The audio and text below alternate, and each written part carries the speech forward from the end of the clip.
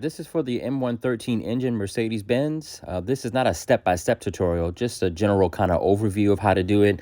It's not very hard at all because it's right in the front of the engine, easy to access. So these are the parts you're going to basically need to do this job. So you're definitely going to need some type of power tool. You're going to need some medium-sized extensions, kind of a longer extension if you possibly have those are necessary. Your ratchet right here would be perfect to have. Some you got to do by hand for safety. And you're definitely going to need a 10 millimeter socket of any kind to reach some of those bolts. Number 10. The other things you're going to need is definitely a T50 to remove the idler arm pulley that's right in the center. Mine's has been changed to the orange one, which is new from Napa Auto Parts. You've seen in my other videos. So you're going to need to move that out of the way. And you're going to have the various bolts, screws to remove with the heads on them. Is definitely the T14s, the E14s, the E12s, and the E10s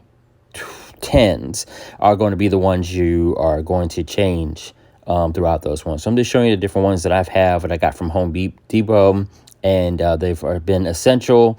And I have a little bit of a gasket maker to help out with that gasket that doesn't seem, too good from the parts store that I got, but any little bit of help will work to make that, seal nice and tight for the future.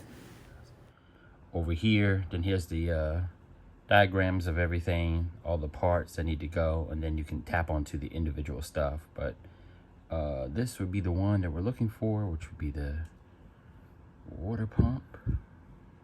And here's the part number for my specific car. So I just bought this from my good trusty Napa Auto Parts. I ordered some coolant online with the Mercedes brand, not a Mercedes brand, European brand, but they were out of it. So I was like, I'll take this. Asian kind is blue. But the main thing to look out for is the organic POAT or POAT technology, the life expand for that. Let me see. The life expand, and then you have to make sure it has the organic acid technology into it. So you're pretty much good with any kind of car that you're driving out there. So the color and all that kind of stuff doesn't matter, just as long as it's following around those lines.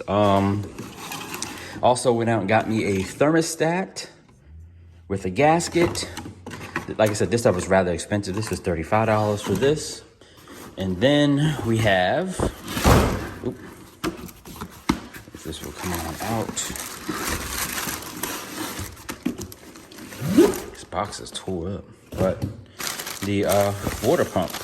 Now I had the same part number as a Mercedes-Benz one I'm actually online with Mercedes-Benz Parts Center. It's called After Sales Mercedes, and I do follow and subscribe to that, which is essential, I would say. So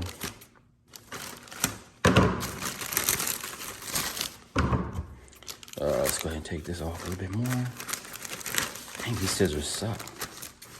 Hello. Okay. All right, so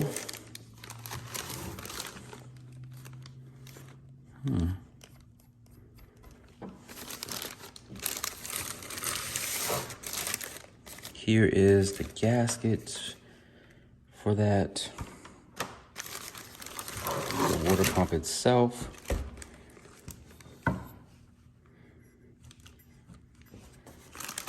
It's just the one that's right here and one that's kind of squeezed down right there. So you have two little small bulbs like this. I accidentally took that one out. I don't know what that goes to. With this, you're probably going to take like a little teeny hammer or something and gently bang it out, because it's kind of on there, kind of tough. Yeah. And then you can get it past that little sensor and take it on out. The serpentine belt still on. You can take your 10 millimeter and take the screws off. Okay, so as you'll see, you'll have a lot of screws to take off. You have to take these off. These are E10s. You have E10s and E12s that are varying throughout the process of taking these bolts off. Some are long, some are really short, but that all depends. Now you have one bolt that's over here towards the side here. A lot of other things have joined me now that I'm talking.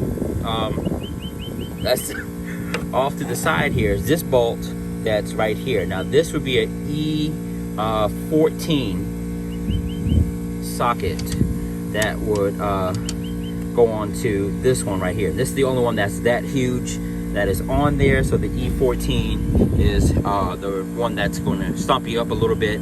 But all the other ones throughout here are between an E10 and an E12 throughout. All right, so if we can see, you have your bolt patterns right here. I think the 6-cylinder may have a deeper gasket that needs to go in here, but as far as I know with the V8 M113s, it's just the one thin gasket that goes over here. I'm gonna put a little bit of a gasket maker on here too, just to double seal it, but other than that, you just you know, wipe this down as best as you can, and then you follow the bolt patterns that are in here. So I think it's only what, 1, 2, 3, 4, 5, 6, 7, 8, 9, 10, 11, 12. I think 13 or 14 bolts that go in there, and then that will be it.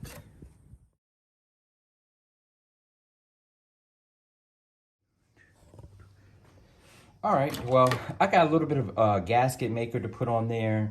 You don't have to do that. It's your choice. It's your car. You do whatever you want to your car if you're following, you know, my little tutorial here. But I like stuff that's a little bit extra. Just in case this doesn't really work, I don't want to go back in here again and redo this because this is like hell. I have been doing this for a little over 4.5 hours to get these little bolts off. So any kind of thing that will help out, I'm going to do that. All right, so this is pretty much how you're going to, let's see, just reinstall it back down inside of there. It's probably not good to do with one hand, but you guys kind of get the gist of what I'm about to do to put it in. All right, don't forget to put your 2 hoses on, the one at the bottom, the one that's right here, that are the lower ones, and then you have a little teeny small one that's right here that goes on with the clamps. You should put that on with the pump itself. But you know, you take the screwdriver, take those ones off, and at the bottom, push it all the way up over top of the little T or whatever you can see that I'm pointing at right there. Put it over top of that, and then you're done. All right, then taking your thermostat with the, what you call it? Oop, clean around. Make sure there's nothing there. Get in that.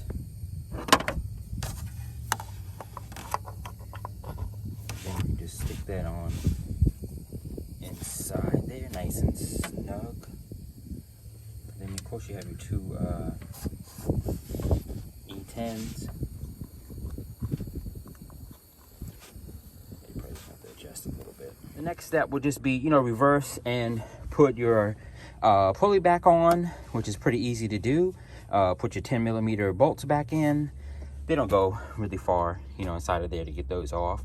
And put your serpentine belt back on, which is pretty easy.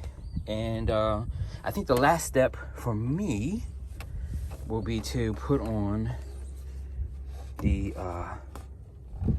this last one right here. Push that on down. Now I'll have to unscrew that and put that back in. These usually don't take too long. These are pretty easy to do. I know they say when you put on new hoses, you're supposed to replace these, but they can be still kind of good or whatever. As long as it's not leaking, right?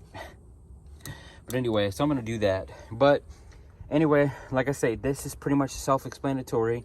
You only have a few bolts that need to come off. The secret ones are way down here at the bottom that you need to look out for.